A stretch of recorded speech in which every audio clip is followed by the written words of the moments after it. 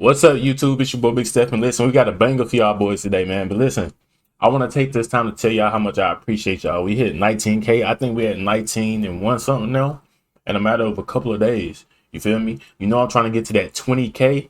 Once I get to that 20K, I'm doing that hot chip challenge for y'all, man. We gonna make, I'm gonna drop a video on that as well. But listen, without further ado, I ain't gonna do too much yapping. We're finna react to this video called "Conspiracy Theories That Turned Out to Be True." You feel me? You know we getting locked in. We bringing new content, different type of vibes, getting out of that crime type of, you know what I'm saying? But anyways, let's get into it. Missing Japanese citizens.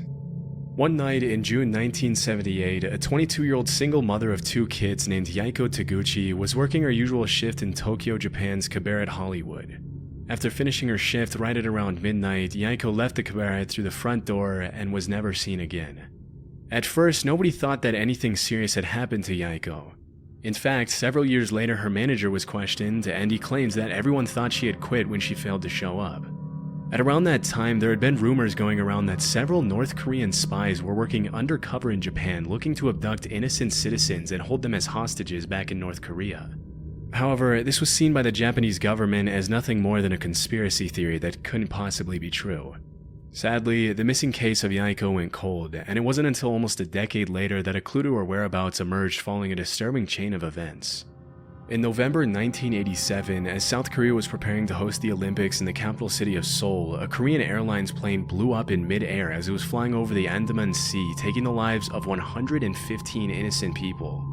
During the investigation, it was revealed that two North Korean agents acting under direct orders from the North Korean government had planted a bomb in an overhead storage compartment before getting off at the first layover in Abu Dhabi. As the authorities were closing in on the two suspects, one of them took his life with a cyanide-laced cigarette, but the South Korean government was able to arrest the other agent responsible for the attack. During her interrogation, it was revealed that she had been training for that mission for 6 years. And that for 3 of them, she had been paired with Yaiko Taguchi, who had taught her how to speak and act like a Japanese woman so she could fly under the radar. As it was later revealed, Yaiko wasn't the only woman who had been kidnapped by the North Korean government. As of today, 17 Japanese citizens have been officially confirmed by the Japanese government as having been abducted by North Korea from 19... So they abduct these people and put them on suicide missions? Am I getting that correct? Now, mind you, I've never heard this conspiracy a day in my life. I need to study more history. But it's like, damn, what we do? You know what I'm saying? Like, what's... Hey, y'all got a lot of... Y'all got a lot going on over there overseas. I'm glad I'm in America. Go outside. Well, I can't even say America, but in Texas, it's like open carry. You try to kidnap me? Hey, however it go, it just go, brother. 1977 to 1983. Disturbingly, a lot of them were shamelessly kidnapped in the middle of the day and thrown on a boat to North Korea. You might think that the victims were involved in something shady that put them on the North Korean government's radar, but the investigations actually suggest that most of them were average citizens who just happened to be at the wrong place at the wrong time. One woman was captured while she was walking to a knitting class, and 2 others were kidnapped on a vacation to Europe. Another one, a 13-year-old girl, was taken as she was walking back home from school. Some of these victims were kidnapped for identity theft purposes, while others, like Yaiko, were forcefully brought to North Korea to teach the Japanese language and culture to North Korean spies. Oh, she had to teach. After the kidnappings were confirmed beyond the shadow of a doubt, the North Korean government had no choice but to come forward and apologize, but they claimed that only 5 of the 17 kidnapping victims were still alive. Over the next few years, the North Korean government would send what they would claim to be the cremated remains of some of the deceased victims back to Japan. However, as DNA testing would quickly reveal, pretty much all of the remains were fake, leading the Japanese government to believe that many more of the kidnapping victims were still alive. To this day, the North Korean government has stuck to its story, claiming that there were only 13 kidnapping victims and that the ones who were still alive were sent back safely to Japan. Shockingly, while the Japanese government has officially confirmed 17 kidnappings, the list of potential victims suggests that the true number could be as high as 800. Sadly, given the current political situation, it's unlikely we'll ever see the full extent of these abductions, or see the North Korean government held truly accountable for its horrific crimes. Back in the 70s, a journalist named Seymour Hersh published an article in the New York Times in which he accused the CIA of several assassination attempts on both foreign and American politicians who they considered to be anti-war dissidents. Due to these allegations, the US Senate put the CIA under investigation for alleged covert action abuses, which resulted in the release of 14 reports on major abuses committed by the CIA, FBI, and NSA. The majority of the reports included accusations of crimes such as opening and resealing US citizens' private mail for several years and illegally surveilling Black Power activists. Although these claims are obviously pretty serious, they paled in comparison to one particular accusation, or conspiracy theory, which alleged that the CIA had developed a pistol that could fire a poison dart over 300 feet, take a person's life, and leave absolutely no trace as to the cause of death. As it was later revealed, this theory turned out to be true, and the development of the poison dart gun was just one part of the program called MK Naomi, through which the CIA had sought. I am so glad we don't got that on the streets. You know how many people are just, bro. Imagine, bro, you get shot by a dissolvable dart. You die. You just land in the street. You don't know what's, and nobody can figure out what happened to you. They might find a dart though. I just said dissolvable because it sounds cool, and it'll be a fire concept. Like if we was playing Call of Duty or something. Like I shot bro with a dissolvable dart. You know what I'm saying? And then, yeah, bro. But no, that'd be crazy if that was on the streets. I'm glad they, to develop weapons for biological warfare. In 1975, William Colby, the CIA director at the time, had to testify in front of the committee that was investigating the agency. During questioning, he claimed that the CIA had developed a host of biological weapons as part of a plan to eliminate German leaders during World War II, but that their research had continued until well after the war. He also mentioned that the poison dart gun was almost completely silent on account of the battery that was housed inside the handle, and that it had been specifically designed for the target to feel nothing more than a mosquito bite when the dart struck. Interestingly, the agency had used a specific shellfish toxin to make it impossible for anyone to know what the cause of death was, leading forensic pathologists to believe that the victim had suffered an inexplicable heart attack. It wouldn't help pathologists that the dart was designed to melt inside the body so that it only left a small red mark where. See? I said it before I even knew, bro. A dissolvable dart, bro. That's a fire concept. Whoever, see, if this was me creating this, me and the dude that created this got the same mind, bro. I swear, that was the first thing, a dissolvable dart, bro. That would be fire. I mean, not it wouldn't be fire if it was on the streets, but I'm just saying, if you get where I'm coming from. It entered the victim. When asked if the heart attack gun, as it was nicknamed, was ever used on anyone, the director alleged that it had only been used for experiments and that there were no records of actual use. As part of the investigation, the CIA had to hand over the gun to the committee, and there are some pretty wild pictures of the committee members analyzing the gun as William Colby answers their questions about it. Normally you'd expect to see something like the heart attack gun in a spy movie, and it's pretty wild to think that if they hadn't put it under investigation, they would have probably gotten away with using it for who knows what purposes. It's also pretty crazy to think that if that's the kind of stuff they were developing back in the 70s, imagine the kind of technology they have their hands on now. Disturbingly, the hearing was the only time the heart attack gun was ever shown publicly. I think I heard about this before, though. It remains unclear what happened to it after the investigation. Somebody know where it's at. Rogue waves. Sailors often get a reputation for making up stuff they claim to have seen during their time out at sea, and because there's no one there to refute their claims, they sometimes get away with some pretty tall tales. For centuries, sailors all around the world had talked about seeing monster waves on the open sea that would allegedly reach over 100 feet in height. In 1826, a French captain claimed that he had seen a— Bro, I don't see how y'all be going on cruises and boat. Like, this be type of— I watch too many movies, bro. I gotta stop that, bro, so it'll allow me to live life. Cause I watch movies where waves do be getting like this, bro. So I be thinking like, dang, what if I'm on a cruise ship and a wave just come over the whole boat or something? Like, I don't know, fam. Like, I genuinely be scared, bro. Or if it's storming or something, you know how them waves be going, like, constantly I'm trying to sleep and they, you know what I'm saying? I'd be sick as a dog, bro. 108-foot tall wave in the Indian Ocean. Even though he had 3 sailors with him who backed up his claims, when he came back to the mainland, he was publicly ridiculed by the scientific community, as it was widely believed that it was impossible for a wave to be higher than 30 feet tall. For a long while after that, dozens of people continued to claim sightings of these monstrous waves in the middle of the ocean, but with no real evidence other than eyewitness testimonies, the existence of these waves fell into the urban legend or conspiracy theory 100-foot wave is crazy. In the 80s and early 90s, the Draupner platform was set up in the North Sea off the coast of Norway to extract natural gas. As part of the protocol that was carried out to see if the platform was stable enough to withstand the rough seas, a wave height recorder was installed on the platform. On New Year's Day in 1995, the sensor recorded an 84-foot tall wave, which served as the first real piece of evidence for the existence of rogue waves. After this incident, a lot of people started wondering how many of the sailors from previous centuries had been telling the truth. What's more disturbing than that is that there were probably hundreds of disappeared sailors from all around the world who had come across a rogue wave, also known as a monster wave or a freak wave. But because most people who encountered 100-foot tall rogue waves generally didn't live to tell the tale, their testimony went down into the depths of the ocean with them. Since the Dropner wave of 1995, there's been a growing interest in rogue waves brewing in the scientific community. A few years ago, a professor at the Australian National University had estimated that at any given moment there are 10 rogue waves active in the world's oceans. As of today, a rogue wave is usually defined as a wave that is twice as large as the largest waves that come up in a particular area.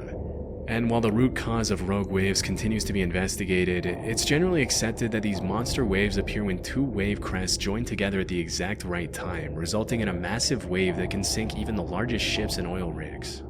Interestingly, it's also been discovered that rogue waves can take place. Just imagine how much water is getting on. Like, say you're on a cruise, right? Or say you even in a sailboat. A sailboat is even more dangerous. I don't know for sure, but just imagine how many pounds of water is when a wave go on top of a boat. How much water is getting, bro? That's gonna sink a boat for sure. That is gonna sink a boat for sure. I can't go on no boat, bro. I gotta go to like a lake or something, bro. I can't lie to you. I gotta go to something that's in the community, bro. Cause ain't gonna lie, the ocean do be looking beautiful. I be seeing little scuba diving trips, and I be wanting to do stuff like that. And they be in the middle of the ocean, but the ocean be so calm. So I wonder where they be at, where it be like this. Cause if I go swimming and I come up and this is in my face, I'm just make sure y'all bury me in a nice place, fam. I'm telling you. Cause I don't know. Yeah, this is, if y'all do this, y'all crazy. If anybody, y'all go on cruises, y'all go scuba diving, or y'all are way 10 times braver than me. Promise. In 1975, a freighter named the SS Edmund Fitzgerald sank in Lake Superior under some pretty mysterious circumstances, with a lot of people in the scientific community coming up with all kinds of hypotheses to explain the incident. It wasn't until several years later that the scientists started theorizing that the vessel could have fallen prey to a set of 3 consecutive killer rogue waves, a phenomenon referred to as the Three Sisters, in which the first wave destabilizes the ship, the second wave hits the ship's deck before it can stabilize again, and the third wave overloads the ship with more water than it can take on.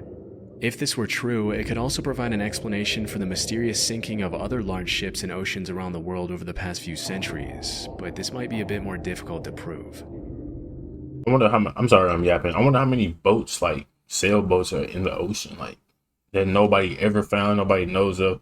I'm pretty sure if people come from all across the world, people probably have been lost at sea and people don't even know.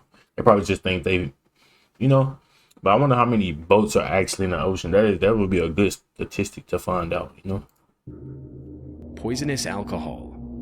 In January 1920, the 18th Amendment to the U.S. Constitution was successfully ratified, triggering a 13-year period known as Prohibition, during which the production, sale, and transportation of alcohol was made illegal. During this period, the government enforced some pretty strict measures to prevent bootlegging of alcohol, which made the alcohol black market flourish like crazy. It was pretty much a playground for the mafia, in which the government would raid one bar and another one would crop up in just a few days' time. While all of this was happening, there were some pretty messed up rumors floating around that the US government was taking extreme measures to make sure people weren't consuming alcohol.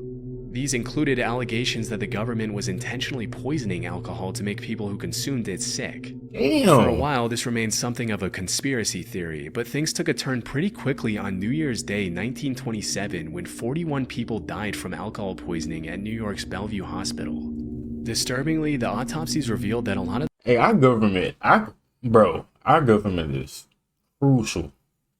I don't know if they doing anything crazy now. I think COVID was an experiment. I ain't gonna lie to you. That's the type of thing I think COVID was put into the air or something, bro. I ain't gonna lie to that. I don't know how these sicknesses be coming out of nowhere. What was that one that came? I think I was in like hospital. Bro, I can't even think about it because we got hit with COVID. COVID was bad, but we got hit with something. I can't think of it, bro. I'm gonna think of it later though. But Nah, COVID was definitely put into the air, bro. That shit was made. The victims had been drinking industrial methanol, otherwise known as wood alcohol, which can be fatal even at low doses. It turns out that the government had forced companies to denature industrial alcohol to make it undrinkable since 1906, which was far before Prohibition. But when the crackdown on alcohol started, the government ordered these companies to add quinine, methyl alcohol, and other toxic chemicals to discourage people from drinking it. Their reasoning was that if black market dealers knew their alcohol had been poisoned, they wouldn't dare distribute it knowing how dangerous it would be for their customers to consume. I guess they forgot to factor in that the demand for alcohol at the time was absolutely insane, and that black market dealers didn't care who lived or died from consuming their product. It wasn't until December 1933, 6 years after the Bellevue incident, that the federal government finally toned down their abstinence from alcohol policies. But by then, thousands of Americans had already been poisoned with contaminated alcohol.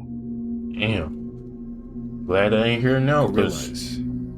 Nowadays, there's really nothing too shocking about seeing a gorilla in a zoo or on TV, but there was once a time when gorillas were considered to be in the same category as the chupacabra, the Jersey Devil, Bigfoot, and the Loch Ness Monster. I was able to find that up until a couple of centuries ago, gorillas were considered cryptids, which are animals that are believed by some to exist somewhere in the wild, but whose existence has never been proven. With most of these creatures, alleged sightings often turn out to be hoaxes, but obviously in the case of gorillas, what were once just rumors turned out to be true. Western explorers wouldn't come across a gorilla until around the 1500s, when an English explorer named Andrew Battelle was captured by the Portuguese off the coast of West Africa.